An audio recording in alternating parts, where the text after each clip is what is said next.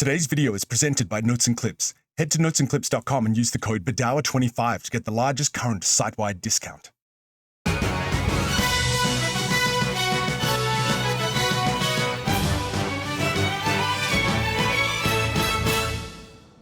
Hello and welcome to the panel where we look at the world through the frame of the comic book. My name is Jason Madow. I am currently working on DC Comics' Black Label Joker Harley Criminal Sanity Volume 2. You can grab Volume 1 at your local comic book shop or on Amazon.com. I am pretty excited as I believe we are on the cusp of Marvel's next big thing, and not Eternals big or even Kang's big wet on the bet big. I think the Fantastic Four are poised to become Avengers Endgame big. I believe there are 4 great superhero pillars of the Marvel Universe, and we have already seen 2 of them on screen. Spider-Man is the first long-term superhero pillar of the Marvel Universe. The second one is the Avengers. The third great pillar is the Uncanny X-Men. The fourth is Marvel Studios' latest announcement, the Fantastic Four. Today, we're going to explain who the Fantastic Four really are, and I'm going to ask you to forget that well-intentioned but ultimately hollow studio interpretation, or even the one that came after that. I'm even going to ask you to forget that wonderful Roger Corman film that came before all of them. You see, we are going to go back to the comics. We're going to talk about the Fantastic Four and why we believe the MCU is currently in the perfect place for them to arrive. But back in 2008, very few of us knew who Iron Man was, but now it's different. You are here, and we want to try and give you the opportunity to become fans of the Fantastic Four before the movie hits. After today and the comics we get you started on, by the time the movie comes out, you are going to be old school, OGFF fans, my friends. But here's the problem. There have been somewhere around 1,000 Fantastic Four comics since 1961. Where on earth do we start? Enter one of my absolute best buddies, a Marvel Living Library, Scott Stuart. Scott has every single issue of the Avengers, as well as almost every single issue of Iron Man. But most importantly for today, he is a huge fan of the Fantastic Four. Scott, how are you, man? Are you ready to try and make at least one more Fantastic Four fan today? I'm going to try, because the Fantastic Four are, if you'll excuse the pun, pretty fantastic. I don't have all of the Fantastic Four, but hopefully the 850 issues that I have and the other 50 or so that I've read over the years will stand us in good stead. I am not going to talk about casting. If you want to see my feelings on casting, I do recommend you go to youtube.com/Jason Madow, and my first video on why Robert Downey Jr. was terrible casting as Iron Man pretty much answers why I don't talk about casting anymore. The main thing I want to do today is first get you up to speed on the FF. If you do not know who they are, we'll tell you who they are. We are going to talk about their place in the Marvel Universe, how they've changed over time, and then most importantly, we're going to talk about how you can start getting into reading the Fantastic Four and some of Scott's favorite stories to read. And maybe, just maybe, we'll talk some theories for the movie too. Let's go back in time to when the Fantastic Four were created. Wibbly wobbly, timey wimey. Why were the Fantastic Four created? To make money? To extract dimes from poor children? They sat down in Stan's office and said, "We're going to copy this book. You got the ideas, Jack?" And Jack reached in and he said, "I did some of this stuff over there, but they didn't like it." Stan said, "Fine, $100 a page." And they slapped it together and off it went. Is that what you meant by the origin of the Fantastic Four? Apart from the page rate, I think that was probably spot on what happened, actually, man. Problem is that when you look back on Stan Lee and Jack Kirby's history together, neither man ever truly appreciated what the other one was doing. That they were both just partners in this absolutely brilliant creative endeavor that completely changed the face of entertainment as we know it today. And both of them were very much clawing at each other for what they believed they were doing, what they believed the other one was not doing.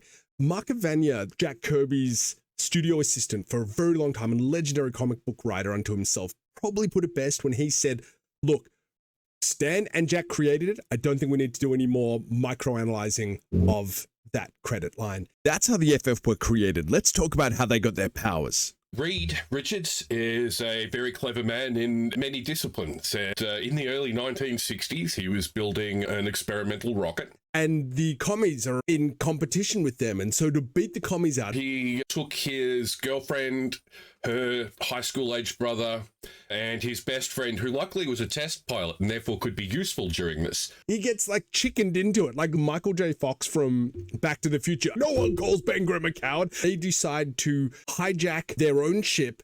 It took off successfully, but they had insufficient cosmic ray shielding, and the cosmic rays affected them. The ship crashed. When they emerged, they discovered one by one they had unique, one may say fantastic powers. And become the Fantastic Four. Those nasty cosmic rays. Stan was so good at always coming up with those sort of MacGuffin things, radioactive spiders and gamma bombs and cosmic rays and super serums. And then he got bored and everything was a mutant. Why? Why do you like the Fantastic Four, and what makes them special for you? Why do you have over 800 Fantastic Four comic books? Mental illness. Serious answer. The appeal of the book. It's about family. It's not about crime and revenge. It's about hope and exploration and love and tragedy. It's all of that wrapped in a science fiction optimism that we don't see very often anymore. Probably the biggest difference in the Fantastic Four is that they are all related. It is not like the Justice League where there are a whole bunch of friends that have just come together to fight crime and stop supervillains. The Fantastic Four are superheroes, but not really in the crime-stopping sense of superheroes. As I always thought of them more as adventurers. Adventurers, explorers, that's definitely the mold that they were created for, rather than, say, your Spider-Man or Batman, who's very much concerned with street crime and organized crime. One of the things about the F is their relationships are affected by time. We do see many of the things that don't normally occur in other comic books in the Fantastic Four as their lives do drastically change. It starts off with Rin-Su being boyfriend-girlfriend. They get married here, and then Sue gets pregnant. The Thing and Alicia Masters got married, and they adopted two children, sort of family dynamic. When your younger siblings or your friends start having kids as well, and your family grows again, and that's more or less the status quo at the moment. Let's talk about who they are. We start with Dr. Reed Richards. In the upcoming movie, he's going to be played by Pedropascal, which I'm very curious to see what they do with that. Brilliant scientist. Inventor, engineer, man about town, legend amongst the ladies, apparently. Former spy. The man has really done it all. And one of the most interesting things about him is that his brains are probably arguably more of his superpower than his actual superpower, which is to stretch. One of the coolest ideas that Grant Morrison, absolutely legendary writer, came up with is that one of the reasons why Reed is so smart these days, like Tony Stark level smart, possibly even more, is because he can stretch his brain, which Stark considers cheating. My only concern leading into the movie is I don't know how they're going to do the stretching. I've never seen stretching done well outside of Elastigirl. And I think she only works because she's a cartoon character. So we'll see how that goes. But Reed's personality changes from Fantastic Four, #1 in 1961, to the Reed we see today. And you can argue that's a character arc that also reflects his powers. He learns to be more flexible with society, with Sue, with his children, with social mores and so forth. And I fully expect that to be Reed's character arc in the MCU. Next up, Vanessakirby will be playing Sue Storm, the previously Invisible Girl, now Invisible Woman. What do we know about Sue Storm? Sue was presented as the damsel in distress for so many years. In Sue's defense, and perhaps also in Stan Lee's defense, or Jack's, I don't know who was plotting that book at the time, they always used her to go undercover. She'd always use her position as a hostage to then get intel, sabotage them in some way, shape, or form. Sue is probably the character that has blossomed the most over the course of her history through the comics. She is unquestionably the most powerful of the four. Originally, she could turn invisible, but she soon learned to form force fields, which she protects the family and walks on air, knocks people out, conceives a method of assassination that's completely untraceable. A really dangerous woman, Sue Storm. Let's get to Ben Grimm being played by Eben Moss Backrack. I'm a huge fan of his work on The Bear. Any of you incels, QAnon, 4chan, Snyder Cut, Motherfucking! want to get on a line now? It also was the first time that Ben Grimm, which you have called out, that Ben Grimm is one of the few prominently Jewish superheroes, and this is the first time he's being played by a Jewish gentleman. Tell us about Ben Grimm, Scott. Ben Grimm is a college athlete come test pilot and best friend of nerdy physics professor Reed Richards for some reason. I assume it's like a Bucky Steve Rogers thing where somebody had to save Reed's precious brain from the bullies. Lest it all get CTE'd out of him before he reaches adulthood. But anyway, they were great buds, and yeah, Reed tapped his test pilot mate on the shoulder to pilot the experimental spacecraft. Ben is the son of poor Jewish immigrants. He's very attached to his Aunt Petunia, grew up in Yancey Street in Yonkers, and is a man of his culture and his place in the earth, and obviously represents the earth in the elemental matrix, but it fits because he's the most grounded of the team. I always love the thing as the voice of the everyman, someone who lent a level of perspective to everything the FF were going through. And also a man who would show his emotions. He would get angry, he would be happy and joyous. He would tell Reed when Reed was being a he would fight with Johnny. He was a man who was comfortable in his manhood enough to show how he felt to people. Alicia Masters, who the Thing has had on again, off again girlfriends, but the ongoing relationship the Thing has always had has been Alicia Masters, the daughter of the Puppet Master, one of the FF's early villains. And this blind sculptor has very much taken the Thing's heart and seen through to lovable Ben. In fact, it is one of those classic things for me as a kid that I was always so excited to see the Thing and the Hulk fight. And it would just go for pages and pages, like pre-Dragon Ball Z. Watching these two titans just tussle for the longest time just brought so much pleasure to me. Johnny and Ben have always been fighting ever since these early issues with Jack and Stan. Let's do Johnny Storm. Sue's kid brother when our story starts. Still in high school. A hothead, a hot rod enthusiast.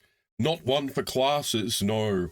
One for out being wild and reckless and rock and roll and boobs. It does get more and more excessive as the years go on. Reading that Brian Hitch, Mark Millar run, there is a line where it's probably not aged as well these days, but when Sue just looks down and just, oh my God, my brother's Paris Hilton. And I think that sort of sums up Johnny Storm for a long time. And Johnny too has really, like in those early issues, you could put the Human Torch out with a fire extinguisher, and now he can do Nova blasts that can pretty much level cities. Stan and Jack in those 102 issues created so much of what we know of the Marvel Universe. Any highlights you can think of, Scott?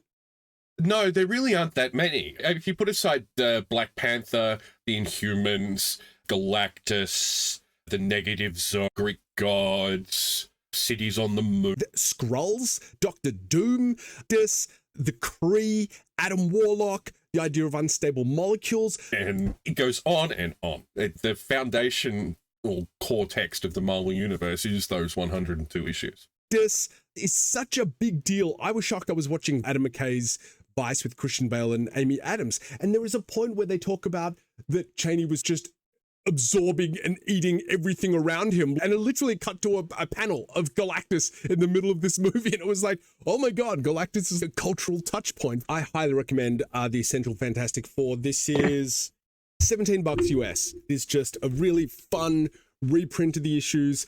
Just being able to see Jack's and Dick Ayers' artwork in black and white is just a real treat. I do warn you that they very simplistic, but they're just such a breadth of imagination that throws these ideas out at you.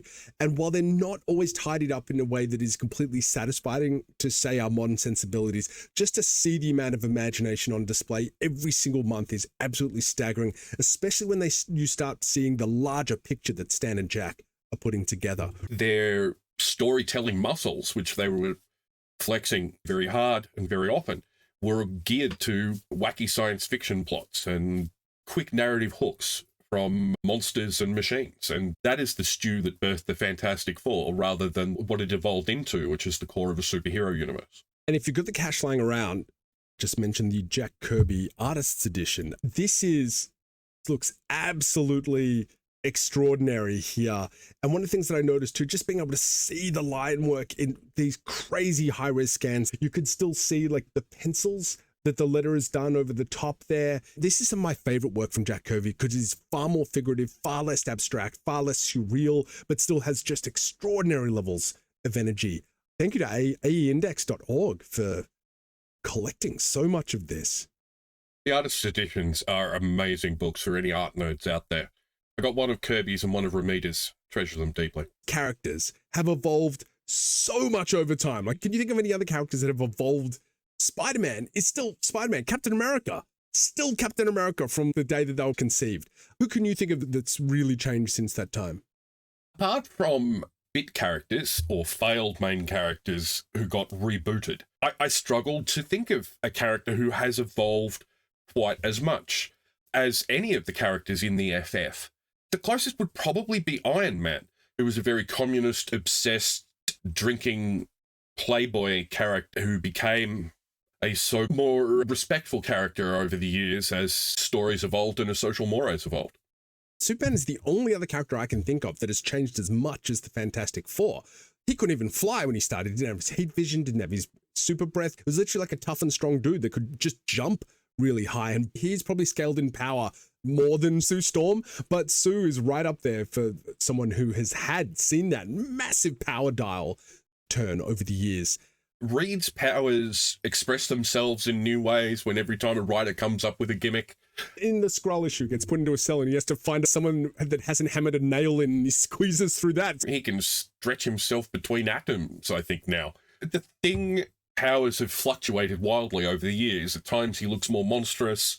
There was a time where he was human, and Reed built him a Thing suit, and he ran around in a Thing suit being the Thing for them. But he's always vibrating around a basic form. It's one of my all-time favourite covers by the dear departed Mike Wieringo, inked by Carl Kessel. It's from May 2005, issue 524. I love it because it's a homage to one of the final panels in FF #1 when they agreed to put aside their petty squabbles and work together for the benefit of mankind with their new fantastic powers. You can see there too just how much bigger the Thing has gotten over time, because he very much starts out 6 foot looking like a guy in a suit, and he just gets bigger and bigger over time. Beautiful cover by Mike Wieringo. So sad to have lost this incredible talent. People, if you're going to conventions, please just go up to anybody that you love and just say hi, because time marches on and takes its toll. Let's talk first about reading comics, because reading comics is about creating a new habit and a space for this in your life. And I was like, where can I read comics? Obviously, you want to get the paperbacks, the graphic novels, if you can. But if you cannot, I've been having an absolute blast reading comics digitally. I've been doing a lot on Comixology, and it has substituted all my time on my phone. I'm literally sometimes a little bit on Instagram, and otherwise I'm just reading comics. They got that guided view. It's not great, but there are certain books too that you're going to read that where the art isn't taking center stage, and where it's very much just great journeyman storytelling. And that is the time you can read a comic book on your phone, when it's not ideal, but it's still much better than sitting on some stupid, pointless app. Otherwise, I try and keep a laptop on me. But at the end of the day, it is such a great way to save money. Yes, I'm spending about, I think, $8 or $10 a month on my subscriptions. But instead of buying a stupid in-app purchase for $20 where I get absolutely nothing, it's been saving me money over the last few months. I also do it late at night before I go to bed instead of just doom scrolling. I prefer the physical books and always will, but that's about as much to do with me as it is to do with the medium. I absolutely direct everybody to, in this case, Marvel Unlimited. I think absolutely everything I'm about to recommend is on Marvel Unlimited. I do have recommended jumping on point, and for me, it's FF48.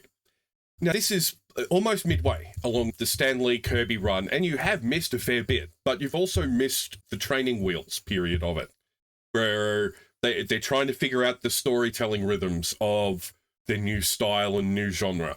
From here on to like almost all the way through issue 102, you're just getting gorgeous Lee Kirby collaborations, big wild ideas, Kirby taking a little more time on the pages than he did, especially very early on in the run, where he knows that this is actually an important received book, and he takes that little bit more time to get the layouts singing, to do experimental things with the backgrounds. And obviously, The Coming of Galactus is one of the most seminal Marvel stories ever, so how could you not enjoy starting there? The conclusion in issue 50 happens halfway through the issue, and then they just start the next storyline, which is about Johnny Storm going to college with his new buddy Wyatt Wingfoot, yet another member of the FF extended family.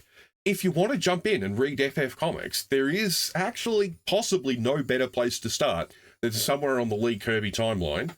And yeah, the coming of Galactus is about as iconic a moment as you get.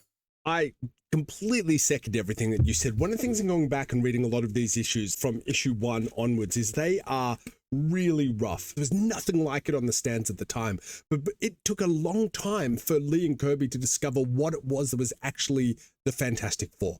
What is this book? What is it about? What is its story rhythm? How did the action beats work? How did the relationships work? It's all there, but it's really rough and unformed. I do think they're a very stream of consciousness, banana sci-fi concepts, but they always just solve things a little bit too simply for how I liked it. What I mean about the simplicity, for example, they go back in time, and it turns out that Ben is accepted by this pirate crew. Now, in modern day at the time, Ben as the Thing just looked like Clayface who just ate at McDonald's every single day. He was this giant lump, and he doesn't want to go back to the future because he's being accepted by this crew, and it's a really interesting idea. But then, of course, what happens? A giant twister comes along, destroys the boat, and Ben's like, oh, what was I thinking? And off he goes back to the future rather than actually dealing with that problem in a really deep and meaningful way. I am absolutely going to jump on this. It looks like volume 3 is on this, and I'm going to grab this. So again, for $17 US, for just something like this, you could knock a person out with this. Like, it is a small phone book, if anyone remembers what a phone book is. I agree with you. Jump to number 48. I don't know a single person that reads comics that ever got into comics by reading issue 1. You've got to jump in somewhere, and there's always going to be questions, and it's not that hard to figure out what's going on and where everybody stands and what's at stake for these characters. And yes, having a nuance is important, but that doesn't mean you need to start at FF1 and read every issue to get where we're at here. And I'm a big believer in just jump in. It will make sense to you, I promise. Writers try very hard to make it make sense to you. Roberto Aguirre-Sacasa and Steve McNiven, Mark Morales, this is comics at their absolute peak to me. I cannot recommend this book enough. In fact, I forgot that I had this. I would have read this leading up to this stream just because I reread this all the time. Steve McNiven's first work in Marvel, and absolutely smashing it out of the park. And for those just who don't know, Roberto Aguirre-Sacasa, dude is a legit writer. He's the real deal. He was the lead writer on Riverdale. This is 30 issues. So it's a good solid run, but it's not endless. It's 5 or 6 story arcs that are sequels to each other. It's a slightly more adult tale, as you take from the Marvel Knights branding. The FF go from being rich and famous celebrity inventors, loses the money, loses the access to the tech and the labs, and have to live in a warehouse. And that's the premise. They get real jobs and interact with the real world. But it's still a superhero tale. I love it to death. It really explores the family dynamic and the strength and nuance of the relationships between the characters. It's one of my all-time favorite runs. While still having all the craziness that goes along with Fantastic Four of alien invasions and supervillains, but it is the most grounded run. We constantly go on about how the MCU has very much diverged from forgetting about the normal person in the Marvel Cinematic Universe. We don't get cutaways to waitresses in the Avengers. It just doesn't happen anymore. It's this insular little bubble. And one of the things I love about this Series 4 is that it is very much grounded in a supporting cast of people. It makes them feel really grounded and very real. And with Stephen Niven and Mark Morales just doing some incredible performance work, it's comics at some of their absolute best as far as I'm concerned. Fantastic Four Volume 3, January 1998. The first 3 issues, written by Scott Lobdell and drawn by Alan Davis with inks by Mark Farmer. A really fun welcome back to the universe story, re-establishing the basic status quo of the 4 members of the family, their children, the Baxter Building, etc. In issue 4, Chris Claremont takes over the writing duties. Salvador Roca quickly, if not immediately, becomes the regular artist, and it is one of my absolute favorite runs of any superhero book. It's a massive Claremontian soap opera with new characters and new situations in the mold of X-Men. This is the run that made me love the FF. This is the run that taught me what they were about and made me go back and read Lee and Kirby. It is so great to know that this run actually gets better and better. I'm super excited to pick it up. The last jumping on point I would recommend to people is the current run. This is from January last year, so we're about 14 issues into it at this point. It's written by Ryan North. It's penciled by Iban Coelho. Covers by Alex Ross. It is a magnificent throwback to classic comics. Ryan North starts this off where it's just Sue, Reed, Ben, Johnny, and Alicia, and builds tension between the main characters. But most importantly, so far in what I've read, there hasn't been a story arc that's run longer than 2 issues. Most of them have run single issues. So you get the old school, new idea, rising threat, fantastic solution. Oh my God, that was so good. I can't wait for the next one every month, instead of dragging it out over 5 or 6 months and rewarding monthly readers for once. I did get to read this because this is on Comixology, and I saw the Alex Ross covers doing his crazy Kirby tribute and also these 60 color schemes, and it's just brilliant. I only managed to finish issue 1. It's a character story of Ben. I would recommend reading 4 first, just so you get a better handle of Ben and Alicia before moving into this run, if I had to recommend an order. Absolutely, I couldn't disagree with that.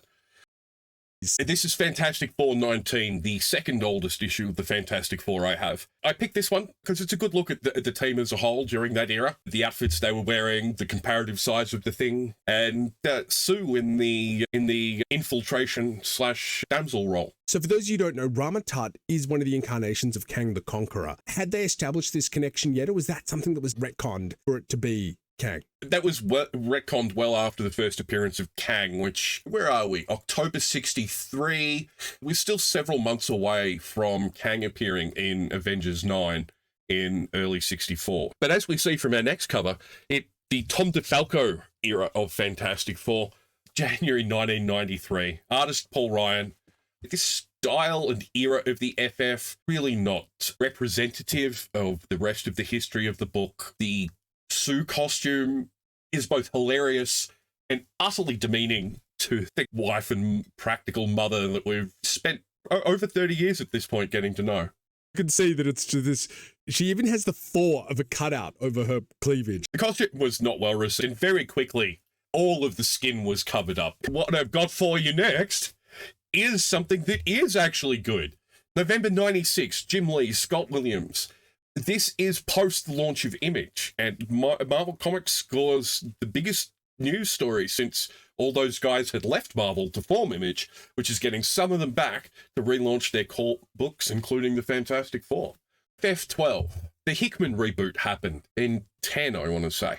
And along the way, they started the Future Foundation, which was essentially a school and became a companion book to the main story, but as per what Hickman usually does, it all weaves together quite intricately. And this is a Steve Epting cover of basically the cast of the school. I've got a few covers left about the villains I think might be likely to appear. None of us know anything. We are just debating for the absolute fun of it, of what could possibly be in this movie. Galactus is not one of them. I think if they're going to do Galactus, they're going to do it in the crossover. It will be assembling all of the actors they can currently have under contract, a la Endgame. That will be when they do Galactus. So you might get teasers, but he won't be a core villain. That's my guess. The Mole Man. All right, the most obvious villain to start it off with. He was the villain in FF1. I didn't include like a scan of FF1. Everybody's seen Fantastic Four #1.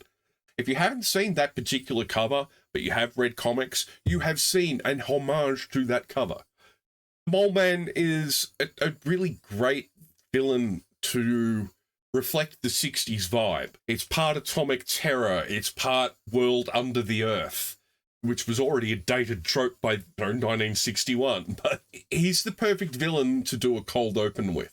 I agree. One, if they do the 60s schlock, the inner earth thing is absolutely something to do. I am worried, though, that Godzilla and Kong have very much plumbed the depths of the sort of monsters on the inner world, and especially with Apple doing the Monarch series too. Given my memory of how movie studios work historically, somebody else having a popular franchise with underground monsters is more reason that they're likely to use the Mole Man, not less. We cut Kevin Feige a lot of slack, and perhaps he's earned that. But, like, historically, I think we're more likely to see the Mole Man. Remember that great cultural moment where we could choose between Volcano and Dante's Peak at the cinema? Yes, I withdraw my I withdraw my argument, Your Honor. I couldn't leave 1, 2, 3, 4 out. It's not in my recommended reading pile. I think you need a little bit of Fantastic Four under your belt for 1, 2, 3, 4 to really work for you. It's the sort of thing that enhances your enjoyment of the characters and adds nuance to what you already know. But it's an absolute classic tale with classic art by Jay Lee. Color artwork here by Jose Villarrubia, who is just brilliant. And obviously, Namor, already established in the MCU, huge history of sexual tension with... So he's got to be a firm favourite for being a villain, or at least a guest star / cameo in one of the first films. He's already established in Wakanda forever. Structurally wise, I would say do him in the second movie, but they're going to just shove everything in the first movie. So yeah, you're probably right. Here's a character you recognize. Let's bring him back. Look, he'd have to be there at least in the post-credits scene. John Buscema, inked by Sal Buscema, and the Puppet Master. I cannot imagine they will not bring this character in. He has a very easily animated superpower, but the most important thing is he's Alicia Master's father, and currently married to the Thing. His power is that he creates clay dolls through this psychoactive clay that he can then manipulate the people that he carves as though they were his puppets. I'd make him the villain of the first one if it were me. We'll see where it goes, but yeah, lots of odds on Puppet Master. I don't think he has enough visual flair, but he might be worked in there as a secondary villain. And it's always fun to see superheroes fighting each other. The best excuse for that. All right. Giant size Fantastic Four, Nihilus. Or Annihilus. Nihilus is what I've always said, given how the root word is pronounced. My 7-year-old self saw the word, said Nihilus, and this is the first time I've said it out loud since I was 7 years old and read it. Nihilus it is. Nihilus is the ruler of the negative zone, and he is the perfect villain for them to encounter at the end of a scary Thor Ragnarok-esque introduction to Battleworld. The universe is exposed to them, and it's horrifying and scary and exhilarating at the same time. And then Annihilus appears, and they're stuck in the negative zone. And I think if it's not going to be an Earth-set story, Annihilus is a really good candidate. If they will do that in media res thing, where it starts with them in the negative zone, escaping Annihilus, and just manage to come back to New York, and it's the end of their adventure, then we start our movie, and then they somehow use the negative zone and Annihilus to solve whatever the problem is. But yes, I agree with you that Annihilus would be a good villain for the Fantastic Four.